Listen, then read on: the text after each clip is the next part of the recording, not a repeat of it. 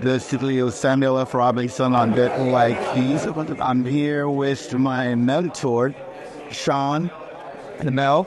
We just attended the Vault conference. Tell me a little bit about yourself, first of all. Yeah, I'm just a guy, small town kid, college dropout, and that helps people build their influence with YouTube. I just kind of started shooting videos in my bedroom, and fast forward to today, now we've grown a media company of about 30 people, a couple million subscribers, and we're on a mission to help purpose-driven entrepreneurs really figure out how to reach more people, impact more people with YouTube. And you've been doing that for how many years now? I've been on YouTube for 16, video for 20. And you started out at church? Yeah, I started out at church. So I didn't really choose video. Video chose me. My youth pastor handed me a camera, started editing, and here we are. So I've probably been doing video for 50 to 100,000 hours in terms of editing, shooting, communication, interviews, all the different stuff. I mean, it's long, a lot of years. So. And we did several things together this week, and one of those things was reviewing a case study revolving AI. And you made some pretty strong comments that some people agree with, some people didn't agree with. And what you said resonated with me. Would you share what your thoughts on a company, a branding company, implementing AI into their business strategy? What are your thoughts about that? Yeah, I mean, I think one of the biggest mistakes people can make right now is ignoring AI. It's already shifting the landscape. It's already helping people increase their productivity. And so I think ignoring AI is going to be the drumbeat before defeat. I think the other thing that's happening, though, is it is getting a little bit overhyped. It's still in its developmental stages. And so I think that every company, individual, solopreneur, content creator, digital marketing agency, customer service, sales, it's impacting every aspect of business. I think you got to start getting educated. I think that you got to start testing the tools. And I think that it's also going to be so disruptive in the next 1 to 5 years that even if you test and you're like, oh, it's not quite there yet, you're going to be too far behind if you don't start getting into it now. So we had a State of the Union. I called everyone together in our company virtually. We're a virtual company. I was like, listen, AI is here to stay. We got to embrace the AI. And ultimately, here's what we're going to do. We're going to create margin for it. I said, you have an unlimited budget to buy whatever tools you want. Let's make an Excel spreadsheet so we make sure we cancel them if we don't like them. But let's actually just put it to the test. And I think the mindset is R&D. Like, you need an R&D department. And sometimes you could be sinking money into your research and development department that doesn't ROI week 1, month 1, month 2, month 6. But when you actually stumble on that idea, that's the thing that sets you ahead of all your competitors for decades. So for R&D, to me, if it's 20% of your budget, it's not even close to that much of ours, but imagine 20%, and imagine 20% of your time. Like, hey, 1 day a week, I want you guys just testing new tools, trying new tools, being okay that if they spent a day on a dead end, that's the cost of testing and experimenting. But if they find something that revolutionizes their time, and for example, Autopod for Adobe Premiere takes multi-camera video podcast editing from 3 hours down to 3 minutes, that was a legitimate aha light bulb moment that, I talked to my guy Kyle after, who's our producer of our YouTube channel, and he said, Steph thought you were going to fire him. Steph was one of our editors. He goes, he thought his job was on the line. And it was in the sense of, if he refused to adapt. But of course, he's a young, smart kid. I was like, listen, your job's not on the line if you just simply start to steer towards the next and you start to embrace the new. And you got to go a little bit faster. I understand there's still some creative nuances and AI is not going to take it all the way. But no doubt about it, this Autopod software just 6x how much you could get done in terms of video editing. So instead of maybe seeing 1 video, I need to start seeing 6 in the same amount of time. And realistically, with the review process and stuff, at least call it 3, and that's a significant paradigm shift. We used to take them for 1 video, took a week. Now you can do 3 in a week of these high-end. It's a big deal. And so then it's reviewing those details with our team, and then expecting our standards and our expectations to rise. So that's what we've been doing. You have a culture of matching. Yeah. now that you can do more in less time, do you increase the workload and say, okay, we used to do 12 videos in this batch. Now, because you're implementing AI, once you have the AI tool that you're going to use, are you seeing yourself, okay, now let's amp that up to 24? Well, the bottleneck on batching is still going to be me. If I go into an event and I shoot interviews, I can still only humanly shoot 5-10 interviews in a couple of days. Now, the editing side means we can maybe put more out, but if we get ahead of our backlog, then we'd also run out of content. I think I also will develop out my own shows, and so ChatGPT-4 or other research tools is integrated completely into my research process. So because it's doing so much heavy lifting on my thinking, I can maybe prepare 10 podcast episodes to shoot when I previously could do 6. And it's still taking me a couple hours of planning, but the reason I got 4 more in is because as I was brainstorming and putting titles, like I'll use Bard, Google Bard as well, because it's really good at pulling off the internet. And I'll say, if I'm going to interview a guest, like, tell me how to introduce this person. Give me some good questions to ask this person. Well, it used to take me, and I can shoot on StreamYard virtual recordings of interviews. So if my personal assistant puts 4 interviews on my calendar, I can prepare for those interviews twice as fast, if not faster, probably 4 times faster because of AI, because of how I can synthesize information on the internet. And then I can still add my uniqueness on top of that. So on the one hand, yes, but there's also 2 perspectives. We're here at the Vault where everyone's like, just cycle. Let's just, go faster. But I'm also the father of a 3-year-old and a 1-year-old. And so I'm also like, well, actually, our company can just still keep growing at slow and steady, but I just got 2 hours back on my day. I can go invest in my health. I can go invest in my kids. I can take a nap, which is like swearing here because nobody sleeps, but I was like, dude, I freaking love sleep, dog. And so, and AI afforded me that authority. So I'm trying to be built to last, trying to also just be self-aware. And so by recovering time, we may just recover more peace of mind, more health, more margin, more time to think, more time to rest. I'm into biohacking, just more time to kind of biohack. And if I can let AI do more of the detailed thinking for me and allow my brain to think about the next innovative campaign or developing leaders, then I'm getting an infinite ROI in terms of the return, because the time I got back isn't necessarily just to pump out more content. I'm going to be thinking about things of macro scale that I can get back with AI saving my time. My company, I am a business advisor and helping businesses transition, implementing AI. You said something that was pretty key. A lot of business owners are looking for peace of mind. Yes, they can make more money. Yes, they can scale their company. But at the end of the day, peace of mind. We heard Mike Tyson talk about family. We heard Tom talk about family. Everything comes back down to family. It's interesting to hear you go in that same direction. I have time to spend more with my family. With all that now, I can use AI to scale me. Whoa. Power versus force, too. Nobody's talking about the fact that peace and tranquility were actually at the highest levels. And I didn't think I was at that tranquility level. I don't know, before I meet Jesus and go to heaven, I might not be in that full Zen. But I was like, these days, I've been at that peace level, man. That's kind of where I'm operating from. And so, 100%. I think that operating from a place of peace, there's no better place to be operating from.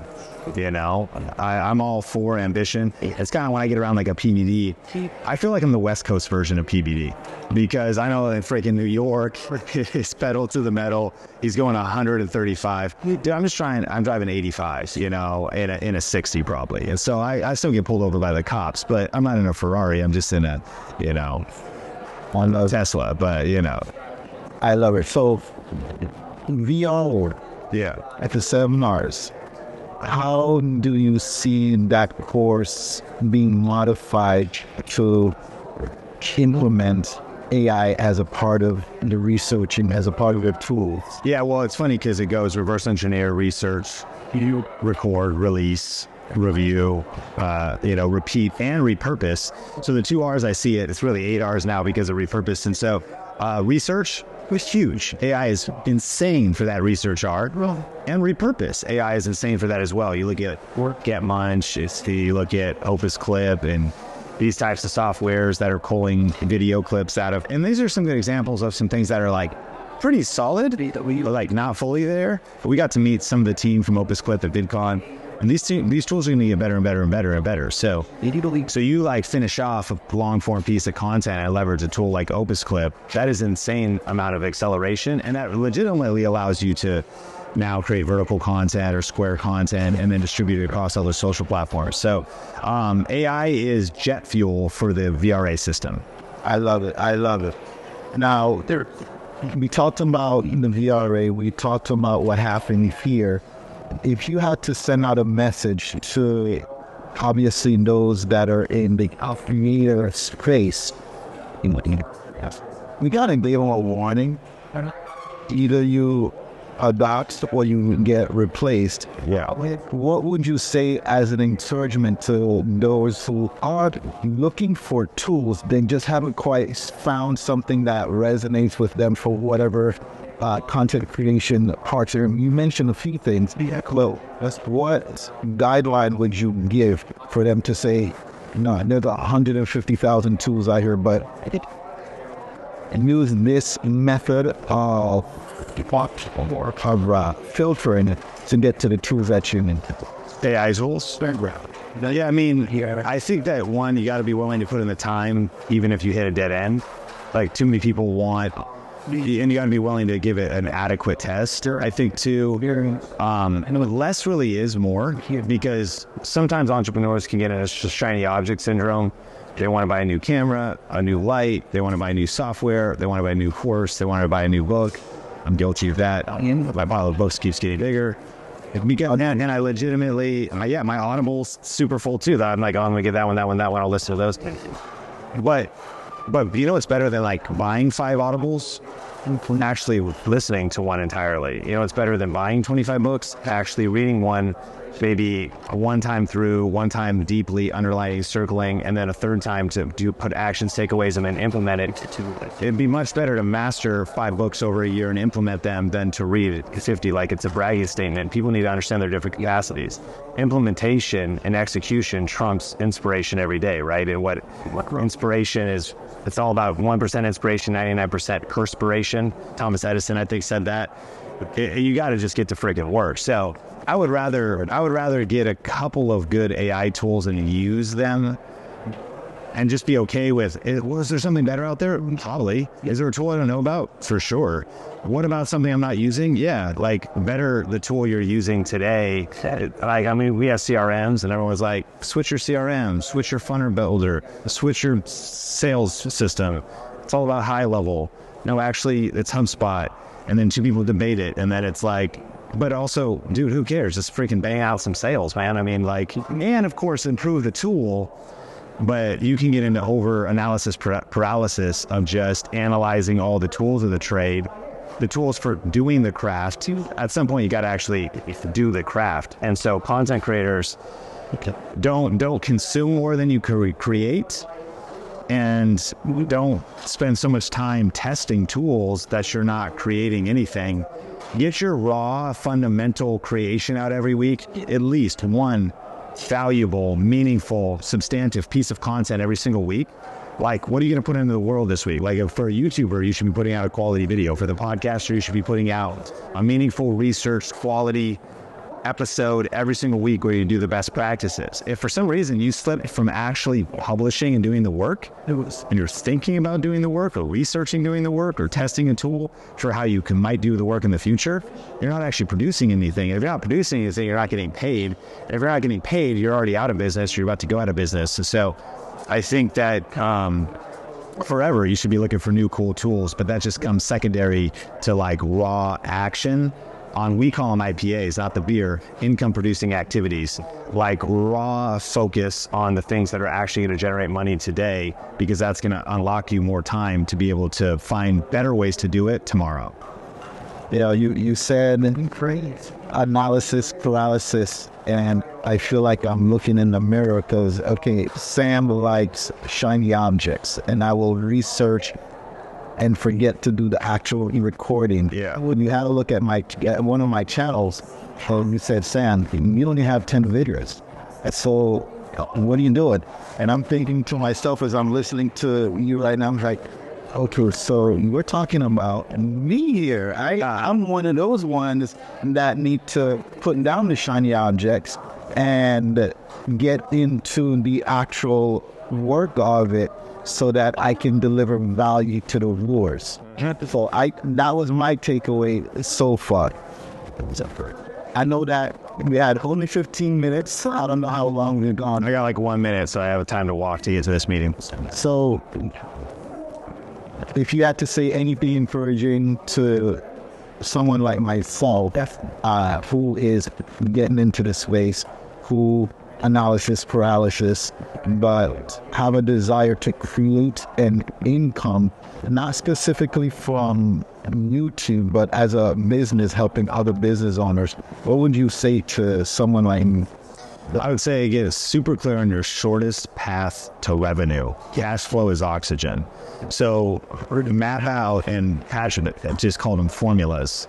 So that's just knowing that, okay, if I create a YouTube video with a clear call to action to my clear offer, and this is how I follow up on my offer, and this is how I close my offer, and this is how I fulfill for clients, and based on my time right now, I might only have the ability to do 4 clients a month, then you just reverse engineer back from that. And so you say, okay, I've got to post if I post not even just one video, if I post 2 videos a week, 8 videos a month, some do good, some don't. But I realize when I post 8 videos a month, that it ends up leading to 20 people signing up for a free gift or a exploration call, a free coaching, like a 15-minute discovery call with you or something like that. And then ultimately, when you post 8 videos, that almost always happens. A little bit less, a little bit more, but when you average it out over 3 months, and if you post more videos, you get more leads, or people are following up, and then a certain number of people sign up. It's like, know your numbers, know your math, and then figure out just one path, no shiny objects, one path, like whether it's video. And this is, even on the YouTube guy, you could get leads in any way. It might be going through your phone book, it might be Instagram DMs.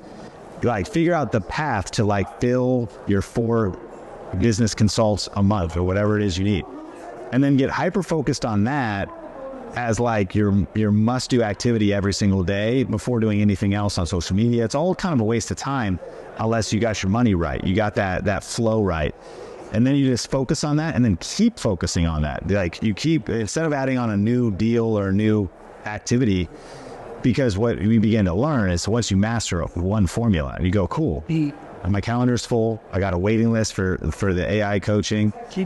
And I'm posting these videos. I'm getting faster at the videos. I'm getting better at the coaching, and I've got a better tool. AI's booking my calls for me. My calendar's good.